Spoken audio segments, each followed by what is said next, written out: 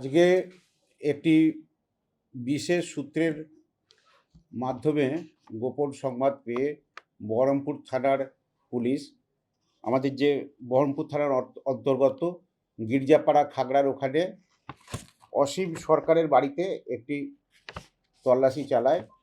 সেখানে আগে থেকে আমাদের কাছে সংবাদ ছিল যে সেখানে অনেক ফায়ার আর্মস মজুত রাখা হয়েছে এবং সেখানে গিয়ে তার বাড়ি থেকে 3টি 7.65 কান্ট্রিমেড ফায়ার আর্মস, সাথে 90 রাউন্ড হচ্ছে 7.65 অ্যামুনেশন মানে গুলি, আসামি অসীম সরকারের বাড়ি থেকে 9mm 50 রাউন্ড গুলি এই আসামি অসীম সরকারের বাড়ি থেকে পুলিশ আজকে উদ্ধার করে।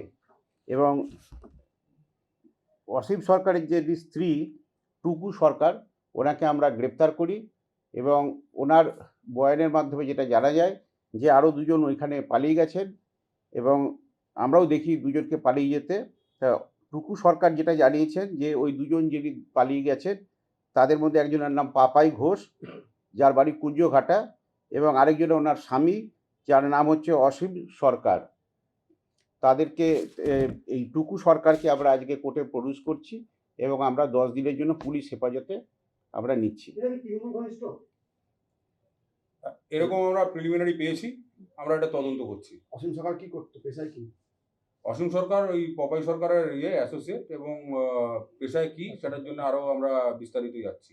ওর ওয়াইফ এই কাজের সঙ্গে যুক্ত ছিল না? ওর ওয়াইফের নলেজেই এটা ছিল এবং ওয়াইফের পুরো নলেজে থাকা অবস্থাতেই সে রেখেছিল এবং ওয়াইফ জানতো পুরো ব্যাপারটাই। এই আর্মস এগুলো কি কাজে ব্যবহার করতে পারে? এটা আমাদের যতদূর মানে খবর পেয়েছি, এই আর্মসগুলো কোনো এলাকাতে টেরোরাইজ করা বা তাতে কোনো ক্রাইম করা ভবিষ্যতে লোকালিটিতে, সেটার জন্য হয়তো ব্যবহৃত হতো।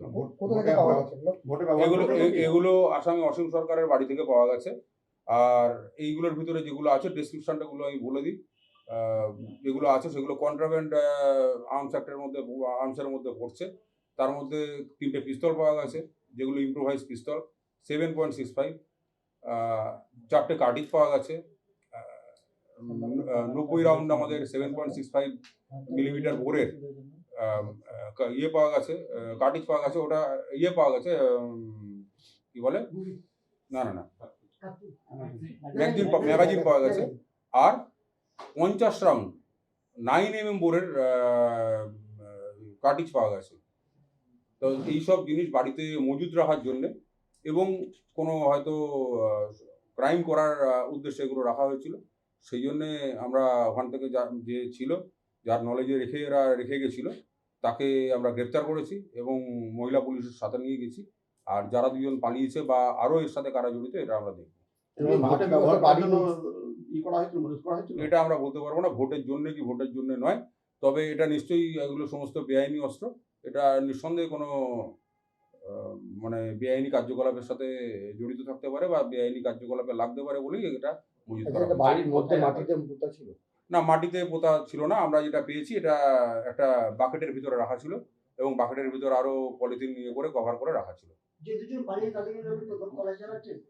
হ্যাঁ, যে দুজন পালিয়ে গেছে তাদের জন্য নিশ্চয়ই তল্লাশি চালানো হবে এবং ভবিষ্যতে আরো কিছু তথ্য হলে আপনাদের সামনে আমরা রেখে দেবো। মহিলা কাজের সাথে যুক্ত কি যুক্ত না, এটা ভবিষ্যতে আমরা তদন্ত করে বলতে পারবো। আমরা 10 দিনের পুলিশ কাস্টডি চাইছি। স্যার কিছু বলবেন? যারা পালিয়ে গেছে তাদেরকে খোঁজার চেষ্টা করছেন নাকি? হ্যাঁ, যারা ধরা পড়েছে তাদের মধ্যে কি পূর্বে কোনো মামলা আছে? একজনই ধরা পড়েছেন, টুকু সরকার ধরা পড়েছেন। এর বিরুদ্ধে মামলা আছে কিনা আমরা দেখছি। আর পপাই ঘোষের এগেনস্টে পূর্বে মামলা আছে, সেগুলো আমরা লিস্ট করছি, পুরো লিস্ট আপ করছি। আরও দেখছি যে যার বাড়ি মানে অরুণ সরকার, ডাক্তার পুচু, তার বাড়িতে তার এগেনস্টেও কোনো মামলা অতীত হয়েছে কিনা সেটা আমরা দেখে নিচ্ছি রেকর্ড থেকে। তাদের বয়স কত?